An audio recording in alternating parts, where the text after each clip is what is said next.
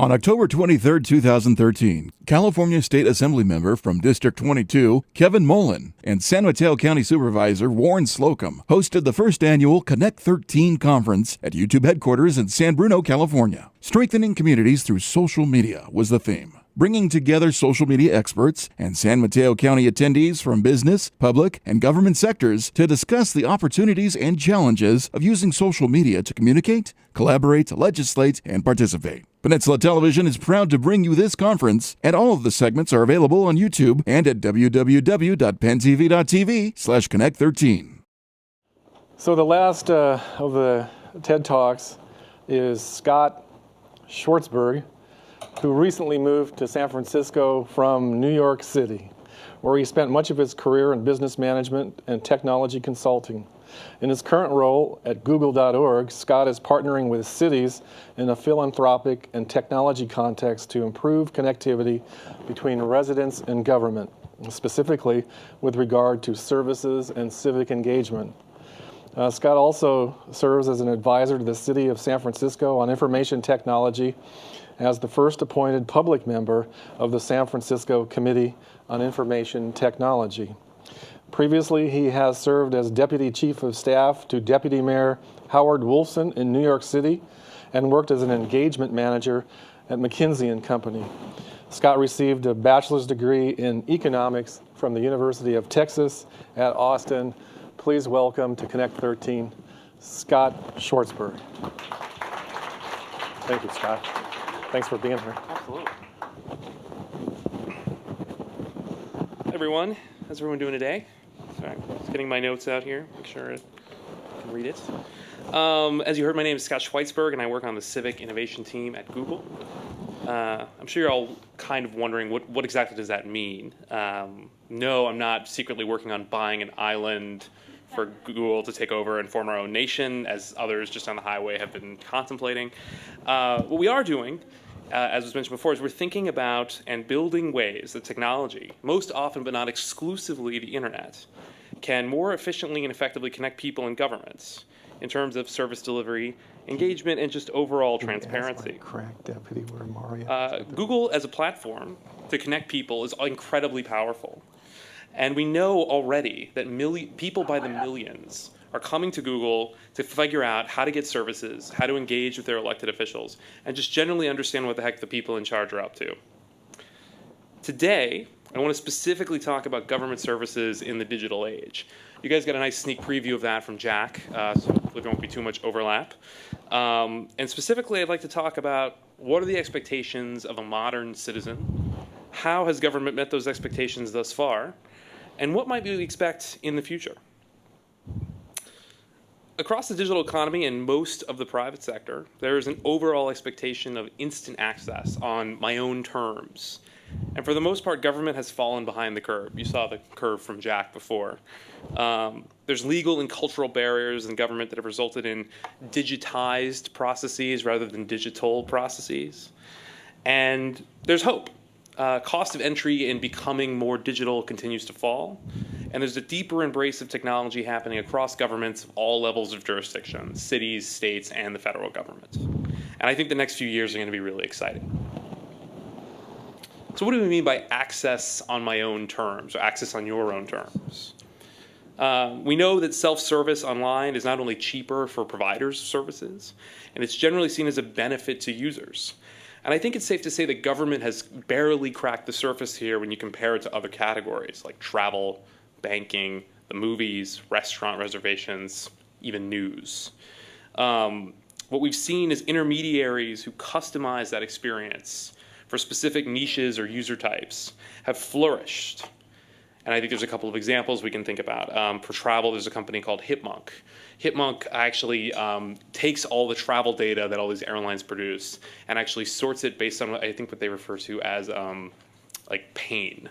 So you can actually design your trip and say, well, I don't know how many connections I want or how much it costs, but like I would certainly pay a few dollars more to have one fewer connection. And they run an algorithm that actually tells you based on pain what your best option is in terms of flights. And they have a cute little logo too. It's a chipmunk wearing a scarf. Similarly, you have companies like Mint.com and Fandango and OpenTable who are all just making it fundamentally easier. They're not actually providing the services themselves. Fandango isn't broadcasting a movie. Mint isn't isn't your bank. But they're just giving you these options because the private sector has said the burden doesn't rely on us. We don't have to provide you with every single great experience. If we make our information open and available, others will come and lead the charge. Another great example that is a little bit more interesting is Huffington Post. They don't produce, for the most part, they don't really produce news, right? They just link to other people who produce news. And that's useful for someone who says, I just want one place to go. As a result, the delta, both real and the perceived delta, which I think we can all agree, the perception of government is often much worse than the reality of government, between your experience with government with other things is just continuing to grow exponentially. If you go back 40 or 50 years, or the example we were talking about before with banking, you used to go and you'd wait in line, you'd go to a teller and you'd get money and then you'd leave. And that, maybe they were a little bit friendlier, maybe the furniture was a little bit nicer than when you go to the DMV, but the experience was pretty much the same. It just happened, it's just a question of, government employees versus private sector employees and how they respond to each other. But now it's fundamentally different expectations. We expect to go and wait in line and fill out paper forms and do all these things when we're interacting with government, but we would never tolerate that from a private sector experience. And actually, on that note, I think if we look at healthcare.gov, which obviously I'm sure has come up a lot, it has real challenges. I think we can all acknowledge this is not a political theater going on. There are real challenges associated with that website and its design in the back end. But a big part of the problem is also the expectations that were set. It was described as being as easy as buying something on Amazon.com. Now the problem is Amazon has invested hundreds of millions of dollars in making that process ridiculously easy. So as a result, healthcare.gov, people go to that site, and even the smallest issue is going to automatically magnify itself by comparison. And I think we're continuing to see that more and more and more. If you look at Amazon.com and iTunes, things like one-click purchasing, these are things that never existed before. Same thing with Virgin. An interesting example, too, is Virgin America. They've changed their local, just down the road, company. They changed their website like a year or two ago. And for a while, it was a miserable experience. I've never spent more time interacting with an airline on the phone than when Virgin America changed their website. So it happens. It happens in the private sector. Private sector is not perfect. Neither is government. The problem is we start to continue to expand these expectations and conflate one another. And that's the last thing I think that's been a real challenge for government is we often conflate policy with execution of that policy. So if you think about what's happening with healthcare.gov having challenges as a website, which websites often do, is being considered a condemnation of the entire notion of having healthcare in the United States. And that's a problem, right? And that's a challenge for everything that you guys do. Because everything you do, whether it's healthcare.gov or the DMV or anything else, is always going to have that conflation between detractors of a policy using the challenges associated with building technology as a reason not to have the policy in the first place. And that leads me to this next thing I'd like to talk to you guys about, which is this distinction between digitizing a process and creating a digital process. These are two different things. And there's some confusion, I think, especially when you look at government for reasons that we'll talk about between why that happens. Digitizing a process means taking a paper process and just putting it online. Sometimes even with human intermediaries reviewing or re-entering the data. Right? So it's literally saying this used to be on paper and now it's on a computer. That's digital. Great. Why does this happen? It happens for legal reasons. Changing a process or a policy might require a city council vote or a board of supervisors vote or a state law change. There's different interpretations of those laws and what you can do. Some of those laws were written 30, 40, 50, 60 years ago before we had things like the internet. There are union challenges, as one would expect. I think anytime, and I don't think it's fair. I think unions, for the most part, are often a red herring. I think we talk about unions as being the reason why we don't do anything, but often there's just doing things is hard, and we need someone to blame for not doing them. But it is true that if you're talking about digitizing a process versus a digital process, it might change your human capacity needs. And that could result in pushback from different stakeholders like public sector unions or otherwise. And then lastly, there's this notion in government that everything has to work perfectly all the time. 0% risk tolerance. And I want you to think about a comparison that I'm about to make here. If someone wrote me a check in the audience for, say, $5,000, just wanted to check if anyone wants to do that. I could take that check, I could take a picture of it on my phone and have that money deposited into my bank account. A personal check, right? You could give me a check, I could do it, take a picture of it, put it in my phone. Within maybe 24 hours, maybe less, I'd have the money. I could go spend it, go to Vegas, whatever you guys want to do. Now compare the process for someone to collect $80 a month in food stamps. And think about what that person has to go through. Think about the level of trust that my bank has put in me versus the level of trust that the public puts in each other. And I think that that's a real challenge for government when it comes to technology, is we aren't willing to accept. We spend all of our time focused on the what if. What if someone accidentally gets an extra $10 or $15 a month in food stamps? Oh my God, the whole system would just crumble. In the private sector, we don't worry about that. You do a cost-benefit analysis. You say, we're going to accept that maybe there's going to be, in the case of a bank, maybe there's going to be $10 or $20 million worth of fraud. But it's not worth it because we don't want to lose customers. We don't want to lose money trying to prevent that fraud. And we're just going to make that assessment and just deal with it. And we're not going to worry about the New York Post or the equivalent here in San Mateo writing an article about the time that some guy wrote a fake check and got got money from Chase. So I think that's a real challenge. And one last similar example here is, as we talk about the history of how these things happen in the private sector. Prior to the late 60s, airlines had an automated ticketing system called, I think it was called Sabre. And Sabre was a system for internal use only by the airline. So you could call an airline and they would use this system as their employees and they would do that. And in the late 60s, they did something really interesting. They opened it up to travel agents. They said, travel agents, you guys, we trust you, you can use this system too. And from the 60s until the 90s, that's how it was. You called your travel agent, they didn't have to call a bunch of people, they just went click, click, click into their system and got you your tickets. And then in the 90s, something amazing happened. The internet happened. And all of a sudden, I didn't need a travel agent anymore. I could just directly tie into the system. And then it got even better. Then we had other websites say, I want access to the system and I want to be able to combine these prices and combine these experiences for people. And that's how you end up with things like Hipmunk and Expedia and Travelocity. So I think that that's an interesting analogy for us to think about in government. For the most part, government does not allow third parties to just access the automated system. They have automated systems. Yes, some of you are probably still pushing paper around, but there are lots and lots and lots of progress being made on automated systems and digitizing those processes. But we haven't yet quite opened it up all the way. We're still relying on people who get a paycheck from the county or the city or the state to still do the actual enrollment or do the actual process. And that's a real opportunity when we talk about digitizing a process versus a digital service. A digital service actually removes steps and rethinks the process as a result of technology. A comparison again with the airlines would be, imagine if when you go online and you check in, imagine if all you were printing was an e-ticket that you would then take to the counter and have them you would give them that and they would give you a boarding pass in exchange. Right? It doesn't work that way. You just print your ticket. Or you go to the counter, you give them your name, you don't give them a physical ticket anymore, and you just get your thing and you're done.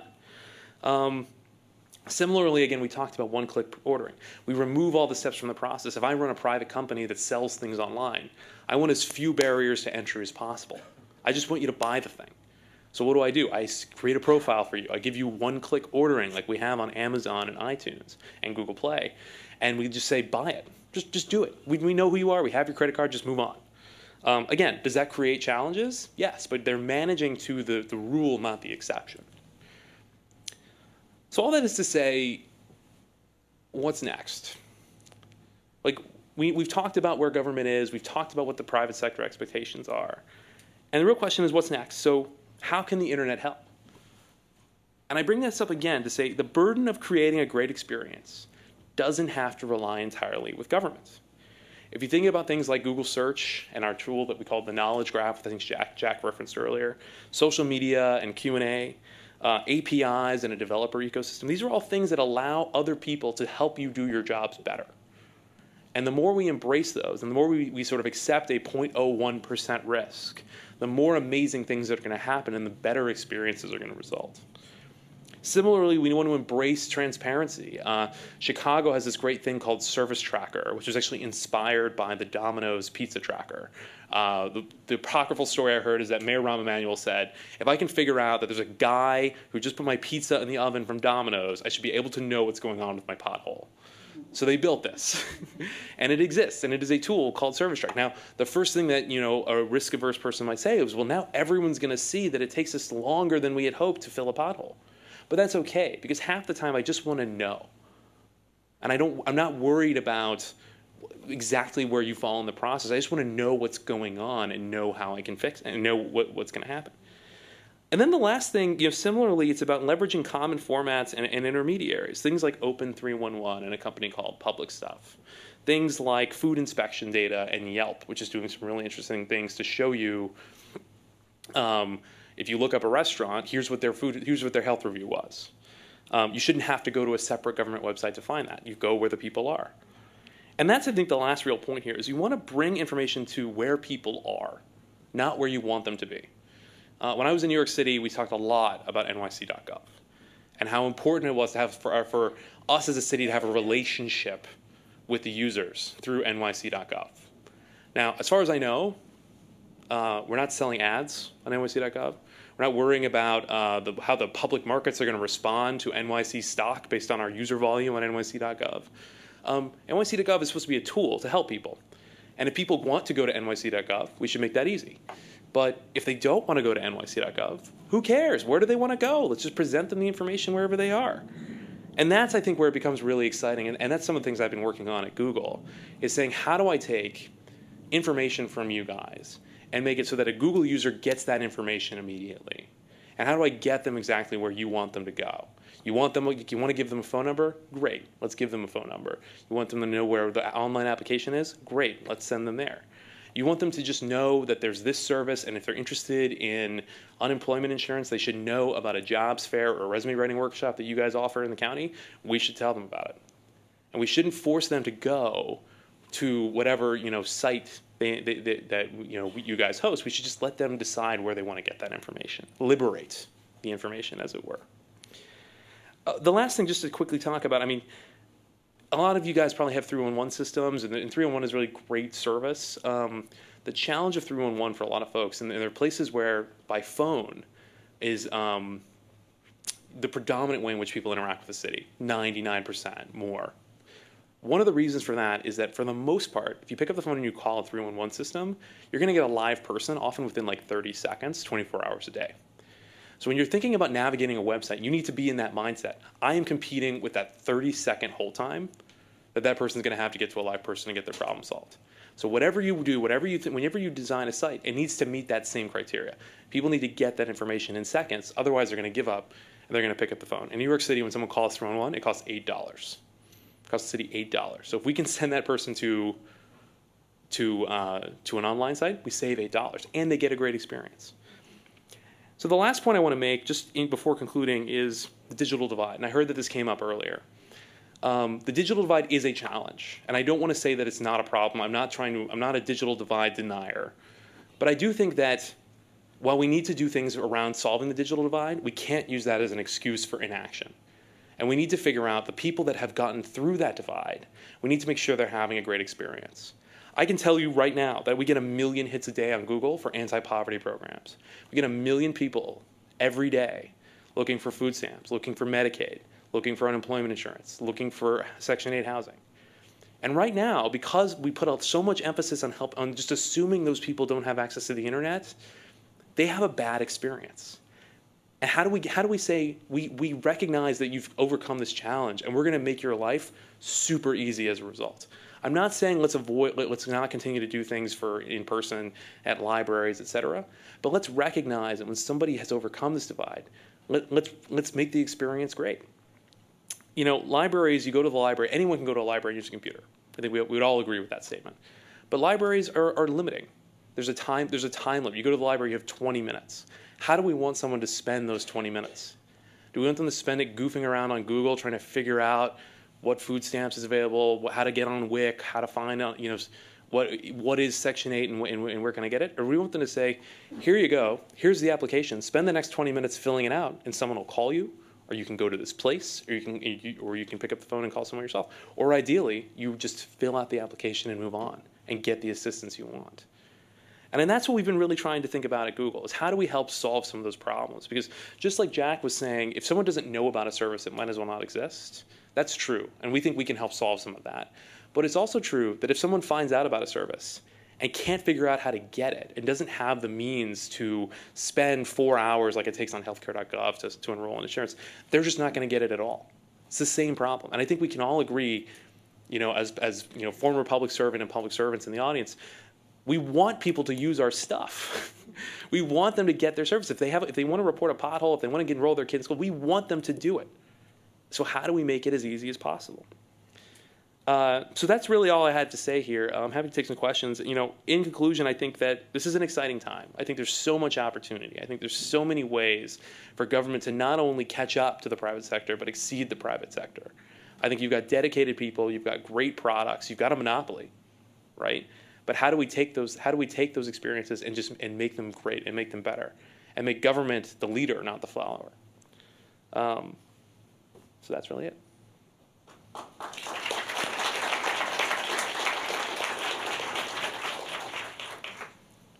Anyone have any questions? All right. Oh, one. Just a comment. It's great that just a comment. It's great that Google, for that particular position, has hired someone who's actually worked in government, and because you talk the language, and that's not typical for high-tech companies. Thank you. Thank you.